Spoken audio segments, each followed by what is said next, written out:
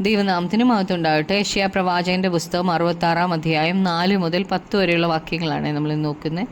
4-ാം വാക്യത്തിൽ, ഞാനും അവരെ ഉപദ്രവിക്കുന്നത് തിരഞ്ഞെടുത്ത് അവർ ഭയപ്പെടുന്നത് അവർക്ക് വരുത്തും.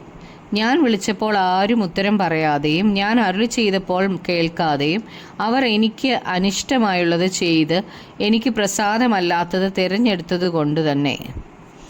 ജനം തങ്ങളുടെ ഇഷ്ടം പോലെ നടന്നതുകൊണ്ട് അവർ ഭയപ്പെടുന്നത് അവർക്ക് ഭവിക്കും. അവർ ദൈവത്തിൻ്റെ ശേഷിപ്പിലുള്ള ജനമല്ല, ആ ജനത്തെ ദൈവം വീണ്ടെടുക്കും. എന്നാൽ ഇവിടെ പറയുന്ന ജനം സ്വന്തം വഴികൾ തിരഞ്ഞെടുക്കുന്നവരാണ്. അവർ ദൈവത്തിൻ്റെ ഇഷ്ടം ചെയ്യത്തില്ല. ശത്രു അവരെ വഞ്ചിച്ചിട്ടിരിക്കുകയാണ്. അവരെ ശത്രു അറുത്തു മുടിച്ചു മോഷ്ടിച്ചിട്ടിരിക്കുകയാണ്.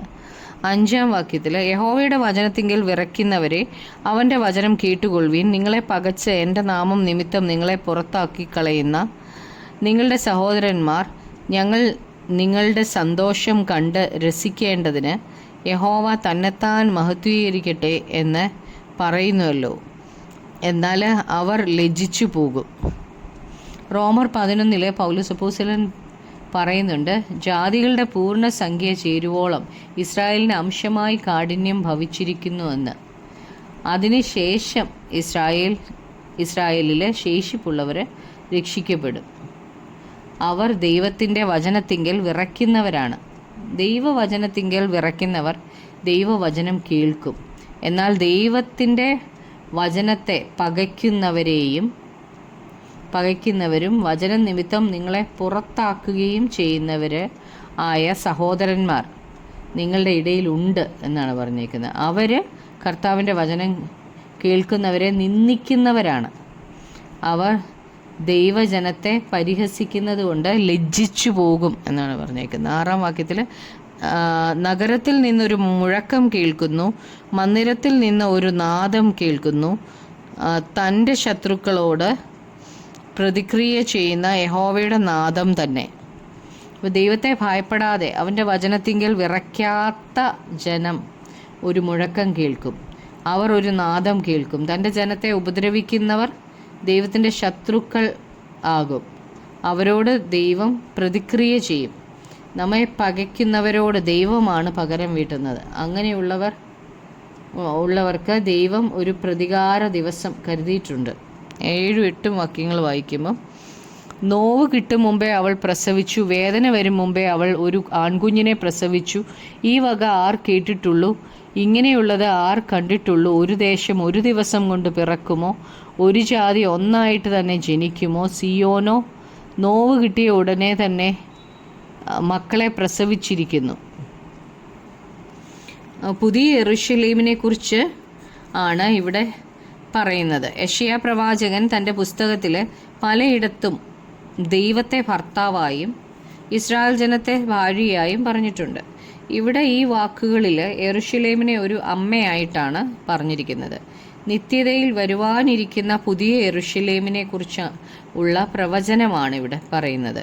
ദൈവരാജ്യം പെട്ടെന്ന് സ്ഥാപിക്കപ്പെടുമോ എന്നാണ് ഇവിടെ ചോദിക്കുന്നത്. നാം ദൈവത്തിൻ്റെ രാജ്യം സ്ഥാപിക്കപ്പെടണമെന്ന് ഒരുപാട് കാലങ്ങളായിട്ട് ദൈവജനം പ്രാർത്ഥിച്ചുകൊണ്ടിരിക്കുന്നതാണ്. എന്നാൽ അത് സംഭവിച്ചിരുന്നില്ല. എന്നാൽ അത് വേഗത്തിൽ ഒറ്റ ദിവസം കൊണ്ട് സ്ഥാപിക്കപ്പെടാൻ പോവുകയാണ്. സിയോൻ ദൈവരാജ്യത്തെ കാണിക്കുന്നു. സിയോൻ്റെ മക്കൾ ദൈവരാജ്യത്തിലെ ജീവിതങ്ങളെയാണ് കാണിക്കുന്നത്. ഇതൊരു മഹത്വകരമായ സംഭവമാണ്. 9-10 വാക്യങ്ങളിൽ, ഞാൻ പ്രസവദ്വാരത്തിങ്കൽ വരുത്തിയിട്ട് പ്രസവിപ്പിക്കാതെ ഇരിക്കുമോ എന്ന് യഹോവ അരുളി ചെയ്യുന്നു. പ്രസവിക്കുമാറാക്കിയിട്ട് ഞാൻ ഗർഭപാത്രം അടച്ചു കളയുമോ എന്ന് നിന്റെ ദൈവം അരുളി ചെയ്യുന്നു. യെരൂശലേമിനെ സ്നേഹിക്കുന്ന ഏവരുമായുള്ളവരെ അവളോടുകൂടെ സന്തോഷിപ്പീൻ, അവളെ ചൊല്ലി ഘോഷിച്ചുല്ലസിപ്പീൻ. അവളെ ചൊല്ലി ദുഃഖിക്കുന്ന ഏവരുമായുള്ളവരെ അവളോടുകൂടെ അത്യന്തം ആനന്ദിപ്പീൻ. ദൈവം ഒരിക്കലും ദൈവരാജ്യം സ്ഥാപിക്കുന്ന തൻ്റെ ഹിതം നിവർത്തിയാക്കാതിരിക്കത്തില്ല. ഒരു കുഞ്ഞിനെ പ്രസവിക്കാറായിട്ട് പ്രസവദ്വാരത്തിൽ വരുത്തിയിട്ട് ഗർഭപാത്രം അടച്ചു കളയാത്തതുപോലെ ദൈവരാജ്യത്തിൻ്റെ പൂർത്തീകരണത്തിൽ ദൈവരാജ്യം സ്ഥാപിക്കുക തന്നെ ചെയ്യും, പൂർത്തീകരണം വരുത്തുക തന്നെ ചെയ്യും. യെരൂശലേം ദൈവത്തിന് എന്നും ഏറ്റവും വിലയേറിയതാണ്.